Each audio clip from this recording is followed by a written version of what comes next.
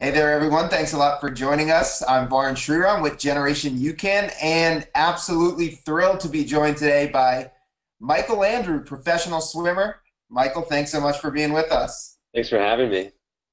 We are really excited to chat with you about a whole bunch of things today. You've got a really fascinating story just in terms of your rise in the professional ranks at quite a young age, turning pro at a really young age, and also a really interesting story on the nutrition side of things, both kind of from the approach you follow to how you found UCAN. So I want to explore all that with you. I want to also thank everyone. Actually, while I get this set up, we are multitasking here, truly a new generation company on Instagram Live. So everyone that's joining us on Instagram Live now as well, I want to thank you. We're here with Perfect. Michael Andrew. So Michael, let's kind of dive right into your story. Turned pro as a swimmer at the age of 14. But before we even get there, tell me about your early days getting in the pool. When did you start swimming? Why did you start swimming? Yeah, absolutely. So I'll just start with kind of why. My parents both swim. Well, actually, my dad swam, well, not professionally, but he swam at like a collegiate level. Very good. Parents are both originally from South Africa. And when we were living in the States, our neighbors actually introduced us to the local swim program. And when I was about 7 years old, I went through the ranks of learn to swim, etc., and progressed really quickly. And about a year into it, like I fell in love with the sport, was competing, and then things started to get. I mean, we've done everything very controversially, as we'll get into this webinar. But after about a year of swimming with the local club, we broke away, started doing our own thing, started our own club, and ever since have been loving it. So yeah, so when I was about 7 years old, I started swimming. So. And for you, so obviously, at that point, breaking away, starting your own club, I guess that indicates that you and your family knew that it was something you had a genuine talent at. For you yourself, when did you start to realize, hey, this is something that it's not just, jumping in the pool on the weekends for Just fun, for but fun, something I right? actually want to, pursue to another level? Yeah, so I could pinpoint it to an exact race. So when I was 10 years old, I was racing here in my current hometown, Lawrence, at All Stars. So 10 years old, All Stars meet. I just swam the 50 freestyle. I broke the national record. It was my first national record ever. And one of these swim dads comes up to me with a T-shirt from his daughter saying, "Hey, can you sign this? Like, we want your autograph." And my mom still jokes that it took me longer to sign my name than it did to break the record. Swam. And so it's kind of from that moment that I realized, okay, like I'm pretty good at this sport, and I really love this feeling of going fast and winning and being successful in the sport. And that's really when I kind of decided, okay, I want to do this for a long time, and I want to go to the Olympics, et cetera, et cetera. That's, it's interesting that you can pinpoint that moment. And another one of our UCAN athletes, Meb, who's been an Olympian on the marathon side, he also sort of has been able to pinpoint the moment to his childhood gym class where he said, "Hey, this is something I can do. I want to be an Olympian." So Right. kind of interesting to hear you talk about that as well. So from there, take me to the decision from there to the point where you decided to turn pro at 14. And Yeah. also, for a lot of folks in the audience that may not sort of understand what the traditional path for somebody, who wants to be a professional swimmer is, you alluded to sort of doing things your own way. So Yeah. how did what you do differ from the traditional path, and how did you come to that decision? For sure. Yeah. So the traditional path, and this may be completely stereotypical or whatever, but so it looks like an athlete, so a kid will start, learn to swim or summer league swimming, move on to a club team. From club team, they'll swim high school swimming. They'll go on to the college program to swim collegiately, NCAA. They'll swim there for 4 years. And then if you're still good enough at the end of that, by the time you're 23, 24, you focus on trying to have a professional career. And it's really something that I didn't, I wasn't super excited about, like going through college and doing all this, because the way they trained and just the lifestyle was so different to what I was used to as a kid at home. And I guess going back to turning pro at 14, it was definitely an interesting time. The decision for me was pretty easy. I really, growing up, I knew like the path that I wanted to take, and I was very blessed with my parents, very always being incredibly encouraging and knowing, okay, like Michael, if you believe in this, like we believe in this, we're going to do it. We're all in. And I knew that for me, I wanted to go pro, focus on my career, work towards the Olympics. I didn't see having to represent a college program as a necessity. And so my first company was actually as a supplement company, as funny as it is. And they came to us with the offer like, hey, we'd like to sponsor you. Nothing big, but just like to be a professional athlete. So it really changed a whole lot for me. So like I couldn't represent in high school, couldn't swim college. And then I was continually pinned as this 14-year-old that went pro, and there was a ton of media over it and everything. And man, I mean, the pressure that I had to deal with was intense, and that's another story in itself. But as a family, we've always been very faith orientated, and so I believe that God's given me an incredible gift to swim fast. And as a family, we prayed over the decision, and we knew that ultimately is what we wanted to do, and so we stepped into it faithfully, and we've enjoyed every moment of it for sure. Well, that's I think an element of your story that's definitely fascinating. And if you kind of think about the time that you turned pro and doing it in the social media generation, like you said, with the pressure on you, like a lot of it is stuff that perhaps you had direct access to, right? Like you could see, Right. people could say things directly to you, or you could see things directly to you. You talked about your tight-knit family, your faith. Like, how were you able to maybe block that aside? Have you been able to block some Yeah. of that aside? How have you dealt with that? Yeah, well, one thing I can say is it's a constant battle. So like I haven't got it all figured out. But when I was about 15, 16, I was invited to a retreat. And at this retreat, it was so interesting, so really life-changing. What I realized was we're living in a world that is so performance-based. And that's fair. Like obviously companies, like they want you to perform. It's good for product and selling and everything like that. And I mean, I believe there's got to be a winner. Like I love to win, but there's a ton of pressure to constantly perform and try and prove yourself. And so when I first went pro at 14, I felt like, okay, now I'm racing these 14-year-olds, 15-year-olds, other age groupers, and because I'm a pro, I can't let anyone beat me. Like I have to constantly be breaking NAG records. I got to be going quicker. I got to continue to prove myself. And it was so stressful because I'd show up to meets just afraid to fail because like if I failed, like what are people gonna think? And when I realized, as I continued to realize and slowly started to implement, that I'm not defined whatsoever by my sport, but more defined by whom I'm loved, like my family, my friends, my relationship with Christ. It gave me the freedom to just compete, lay it all in the pool, and then somehow turn away from that and live a normal life. So I mean, it's much easier said than done, but it's been a fun journey. Yeah, well, it's interesting to hear you be able to verbalize, the things that go into being able to put it all aside. I know this is something you've probably heard a lot. I was curious to ask you about this. So the Michael Phelps tag, it's natural, right? It's Yeah. same sport. Some comparison. You obviously, I think, most recently just at a meet this past weekend tied or perhaps broke one of his records. So you've gotten that comparison. I've seen it in the headlines. How do you react to that? Is that something you've come to embrace? Is that something you ever resented? I'm sure it adds pressure to some sense, like you were talking about. But yeah, how do you deal with that? Yeah, absolutely. Thank you. That's a good question. For me, so the first thing that comes to mind is like, wow, like I'm being compared to the GOAT, like the greatest of all time. Like that's amazing. That's an incredible compliment, and I'll take it gladly. But then another side of me also says, that's cool and all, but Michael Phelps did a lot of things that were different. You know, Michael Phelps is his own person, first of all. And I want to be not another Michael Phelps, but kind of create my own legacy, my own path, do things differently, and be the first Michael Andrew. But yeah, so always very grateful to be compared to him, but wanted to leave my own legacy in a way.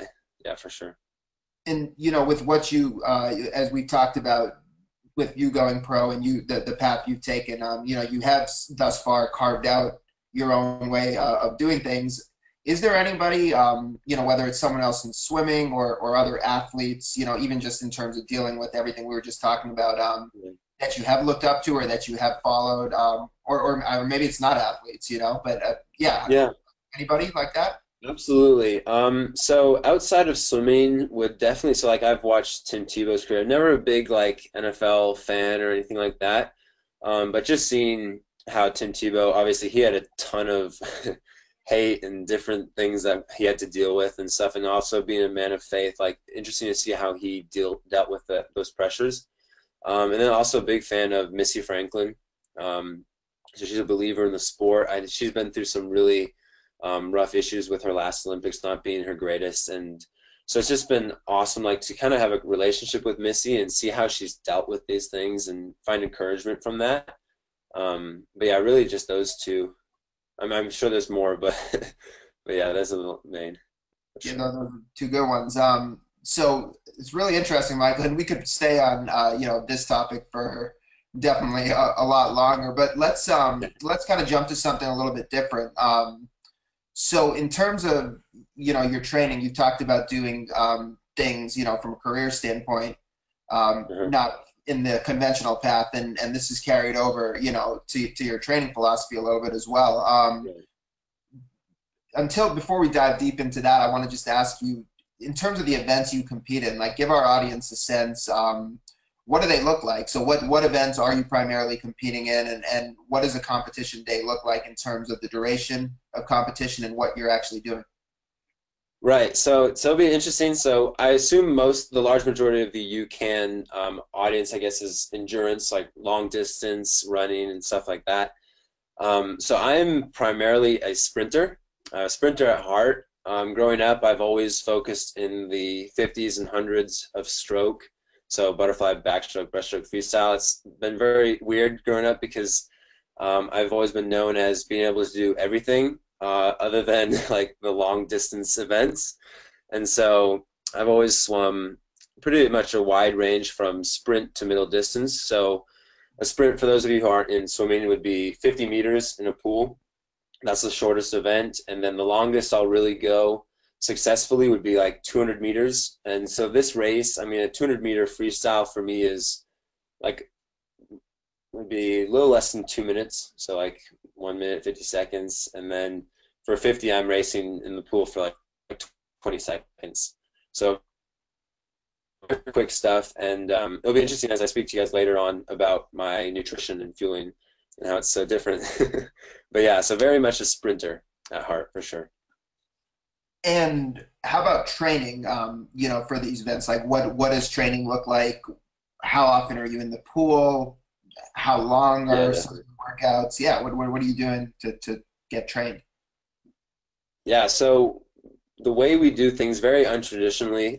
Traditionally, a program you're in the water for, I mean, an exuberant amount of hours at a time, which is funny because you're training for a race that's only 30 seconds to a minute long. But my training method, it's called USRPT. So it's ultra short race pace training. And so the principle behind it all is specificity. And so what that means is like if I'm training for, say I'm training for a 100-meter freestyle, what I'll do is I'll break up that swim into segments. So like a quarter of the race would be 25 meters, which is the length of the pool that I train in. So I have to hold exact times to my 100 pace in race when I'm training.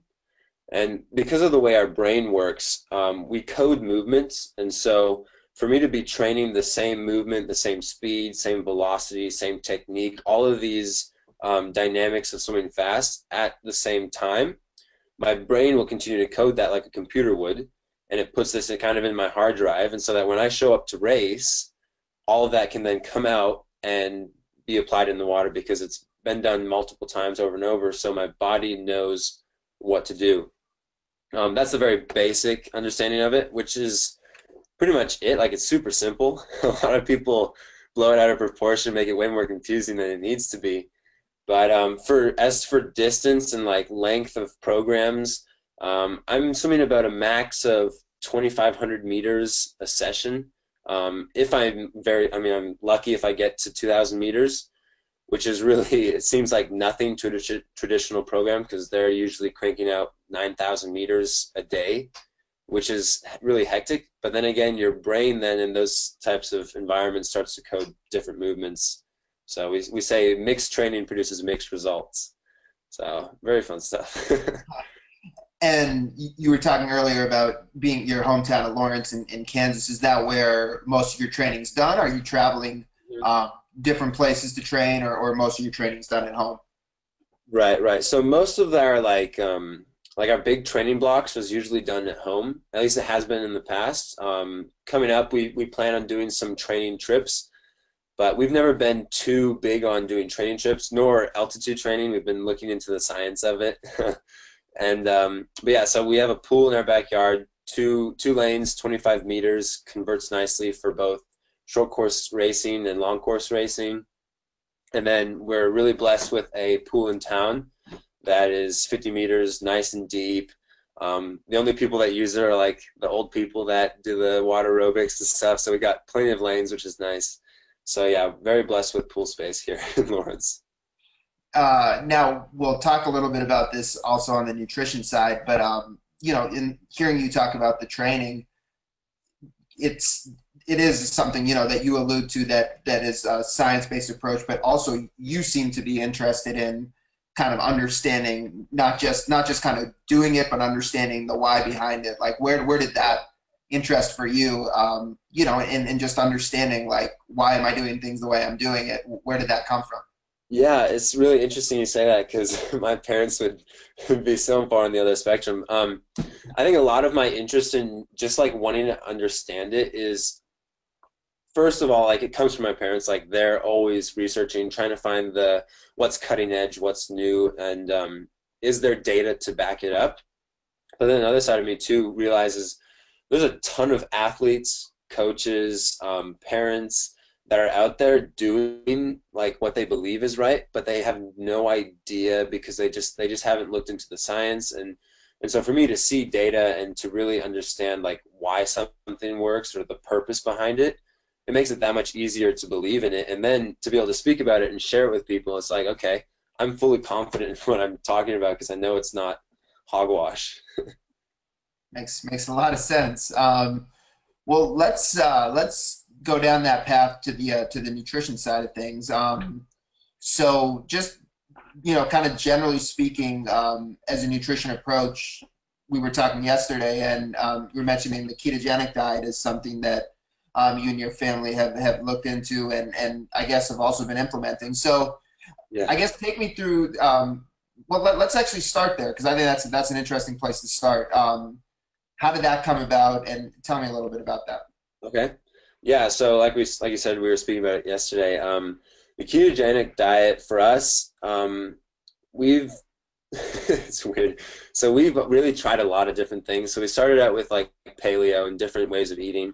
My grandparents actually, they connected us with Professor Tim Noakes in South Africa, and we were able to have a sit-down meeting with him, and we spoke then. This was last year or 2 years ago actually, that we got to speak with him about low carb, and so it was kind of in the back of our head, but we never really fully understood it, and I think there was still a lot more science and research to come out from that time to now.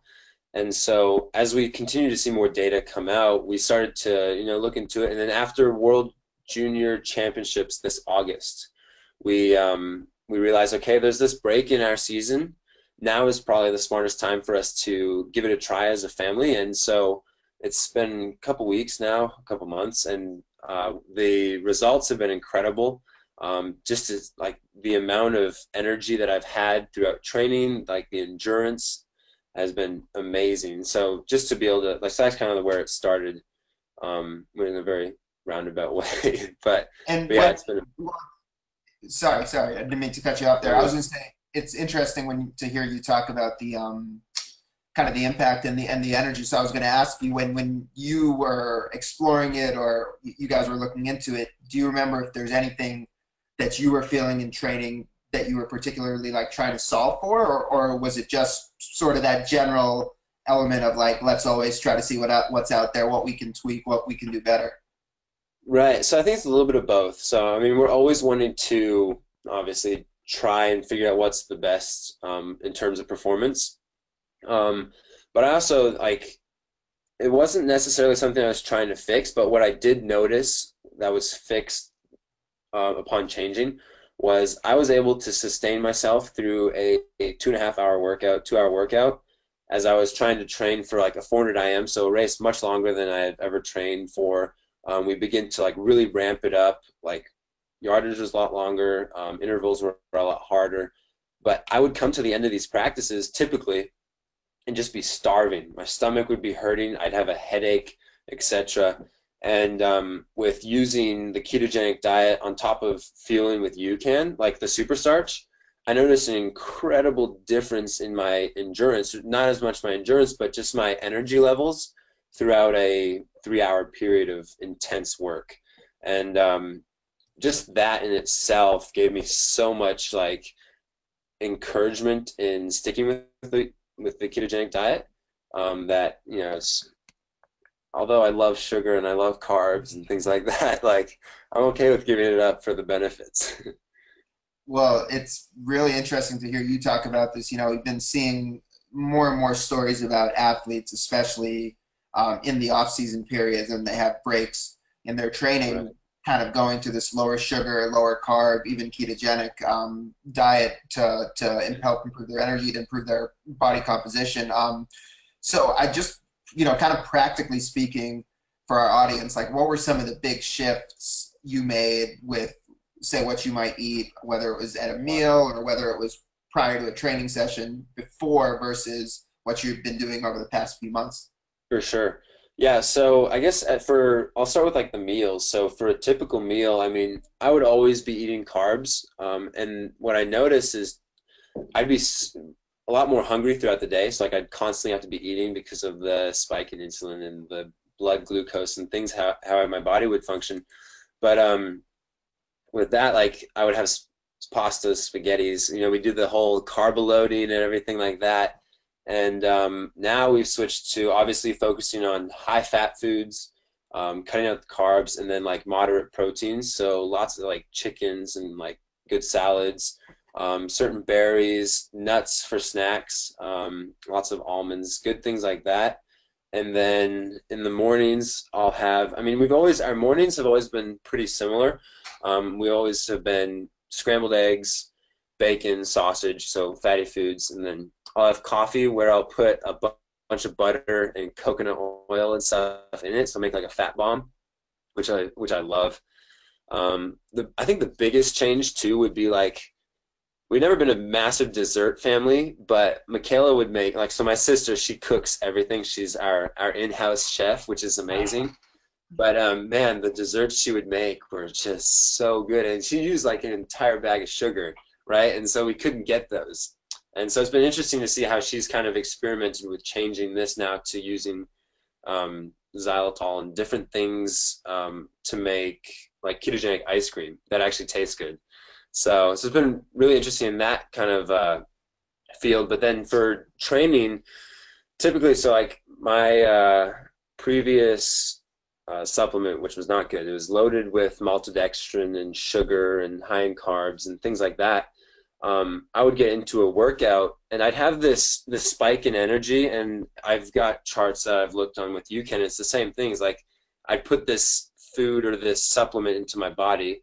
I get this massive burst in energy, this spike in my insulin, but very quickly throughout the set, I would crash like no man's business, and I'd have to take something else inside of that training session.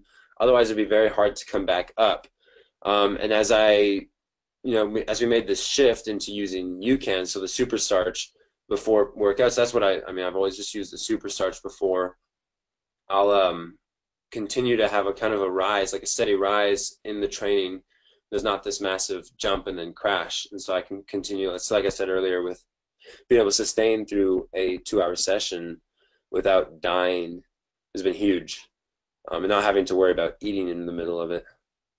And it's interesting to hear you kind of talk about, you know, not just UCAN, but also kind of how it's fit into this whole shift, you know, you've made in your overall Yeah. diet and kind of nutrition plan. And it's not to say that, you know, like from a UCAN standpoint, doing what you're doing from a dietary standpoint is necessary, but it complements each other so well. It's like I've heard people say that, you know, you could reduce sugar and go lower carb. You could just use UCAN. Both will work well on their own, Right. but you put the two of them together, and it's like, you know, these two are Exactly. Well, complementary.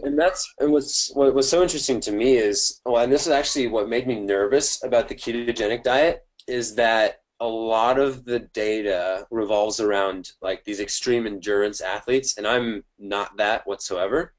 And so I was a little worried, thinking, okay, so a carbohydrate gets you this burst in energy, right? Which is good for me because I need that burst. But then you have that crash, which is negative. Okay, so then I'm theoretically trying to create this this perfect world where I can get a burst in energy but sustain it. And I think mixing the UCAN with a ketogenic diet, because it's a carbohydrate, I still get that jump and that, you know, I can have some explosive energy. But still, once that burns up, I go on into burning fats and ketones based on how I'm eating food and how my body then regulates the I guess the glycogen and stuff and creates energy. So it's been it's been a fun experiment for sure. So just for folks in our audience, practically speaking, Michael, you mentioned that you the two flavors of the UCAN, the superstarch that you like are the orange or the Yeah. cranberry right here, which do the same thing. But for from a workout standpoint, how would you use this in terms of how you time it, how you even down to how you would mix it up Right. before a session? Absolutely. So step to step. So going into it, about 30 minutes to 40 minutes before my workout, I will take so we have the UCAN shaker bottles, which are perfect for this. I put a little shaker bead inside it. I fill up with water mm, about halfway.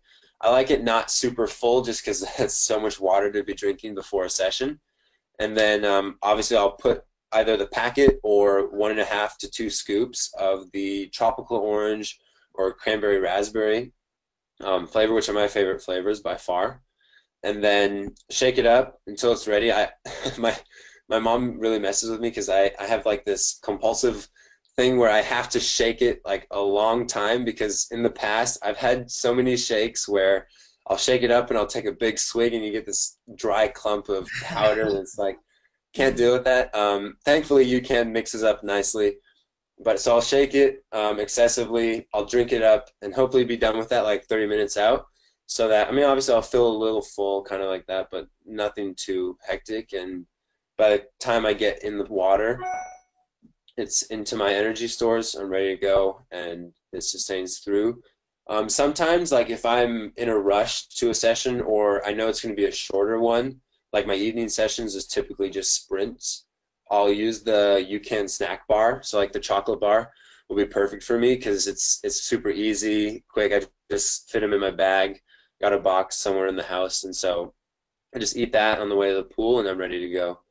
So it's been incredible. Like yeah, so definitely a huge difference in my training from it.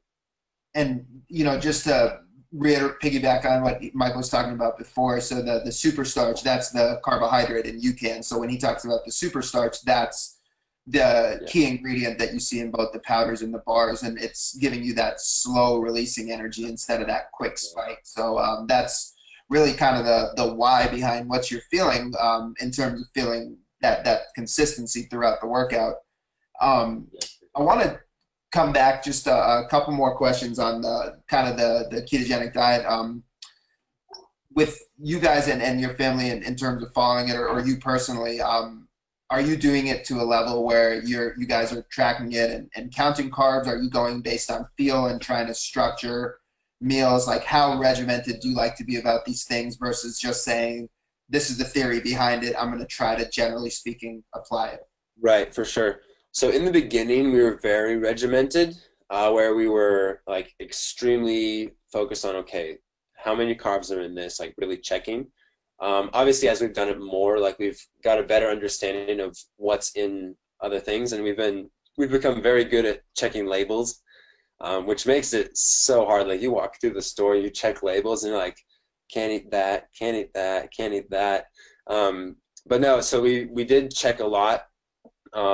We don't do as much like this rigorous kind of counting carbs, but the goal is always to, like, if there's carbs in it, we try and just not have it. But obviously, like certain fruits and things like that, you can't really get away from it. So there's definitely this happy medium.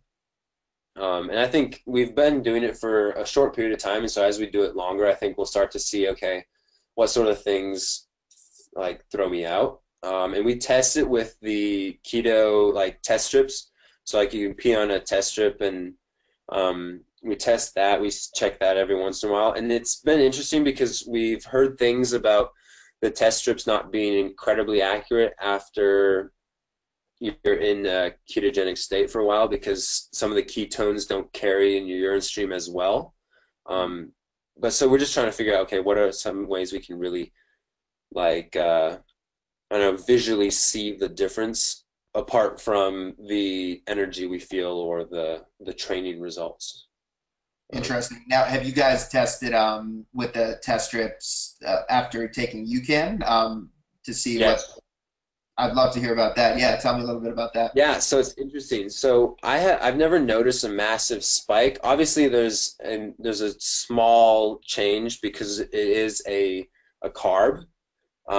But what's huge to me is not as much like I don't take in consideration as much the amount of, or like the color of the test strip, but more how my body reacts to it. And like I said earlier, like when we couple UCAN with the ketogenic diet, I mean, and I've seen other athletes as well doing this.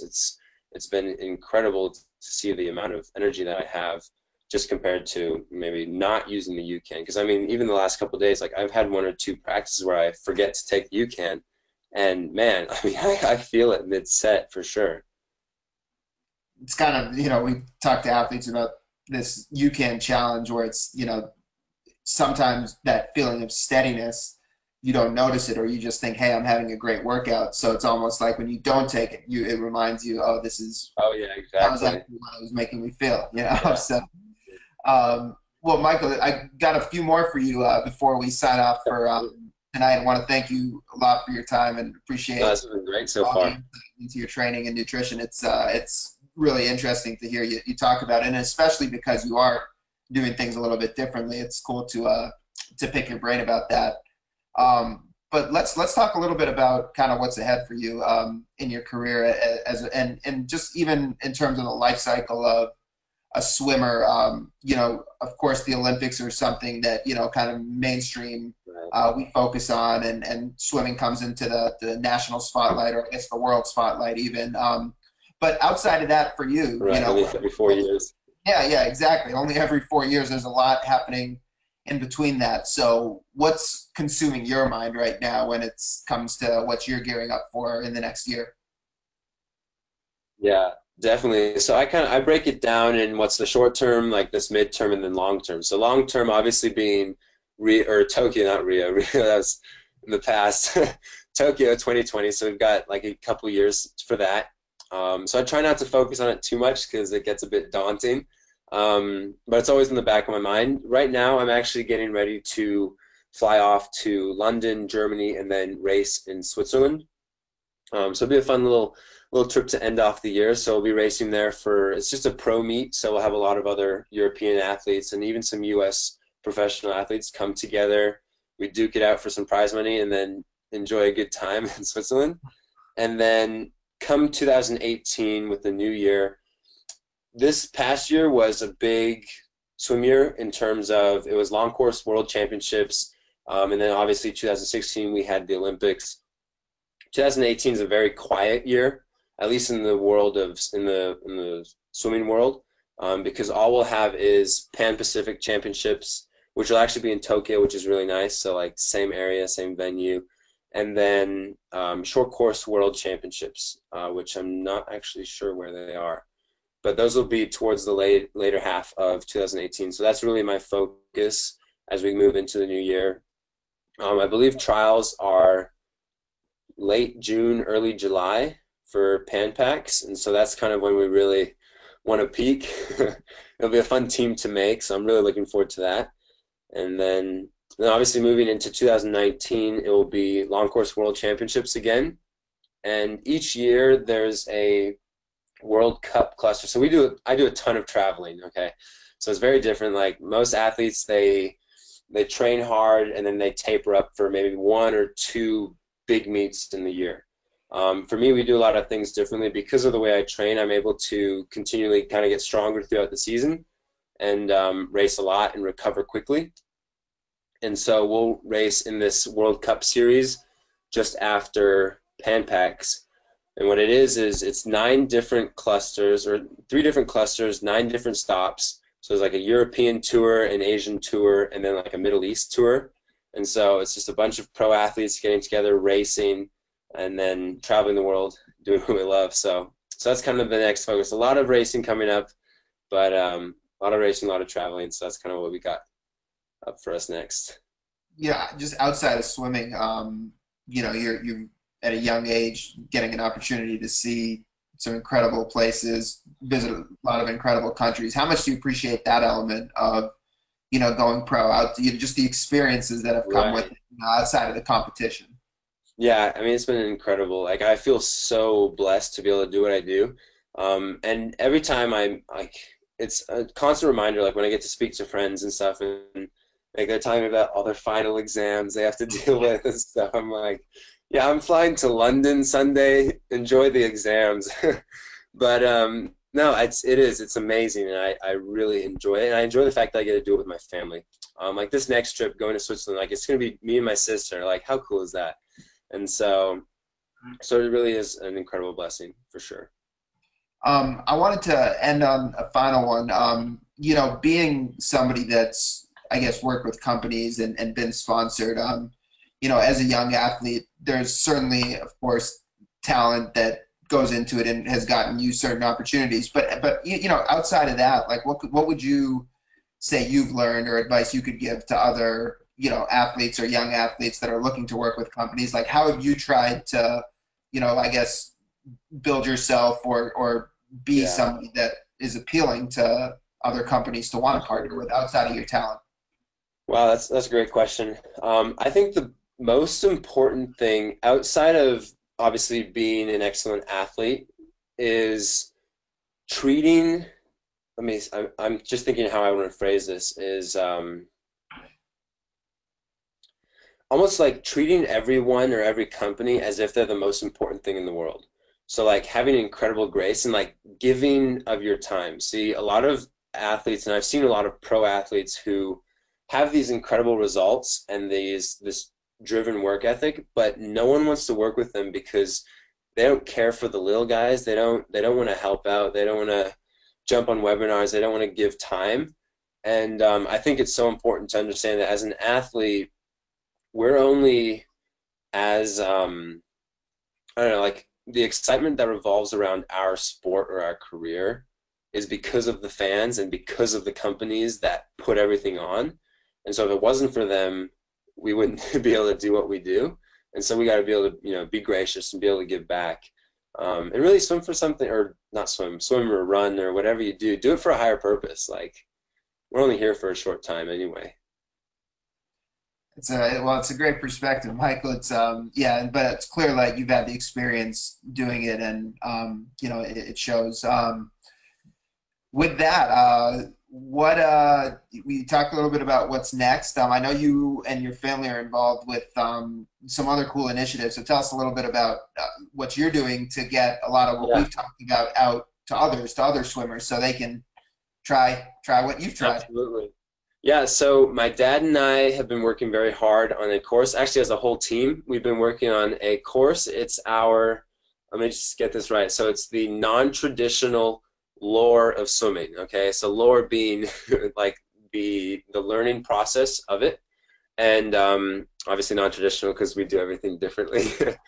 But it's going to be a series of 4 mini courses. The first one being nutrition, then we move on to conditioning, and then we move on to the psychological. So like, how does your mind function? How do you get in the zone and race ready? And then nutrition last, which is vital, as UCAN generation knows. And then another thing I would love to plug is my sister. So she has a YouTube page, Kale's Adventure, but she is an avid chef. She cooks all of our meals here in home. Incredible. So for her, like just seeing the way she's been able to shift from cooking these amazing like carb meals to being fully ketogenic and all in has been incredible. And she is actually coming out with or actually no, not an audiobook, an ebook.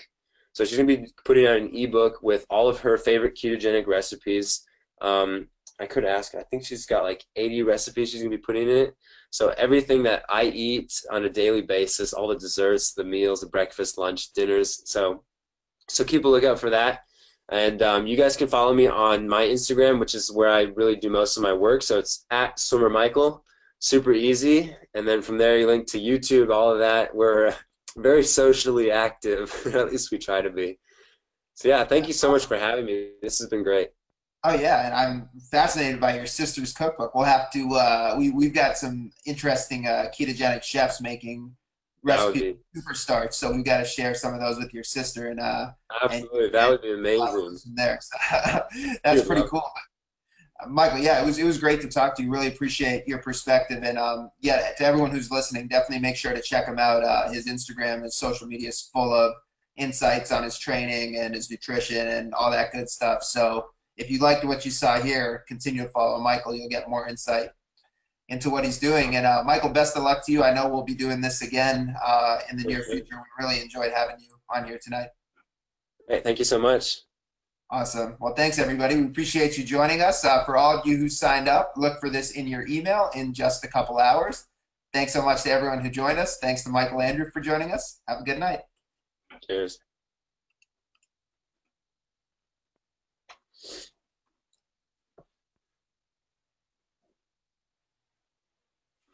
Cool. Whoops.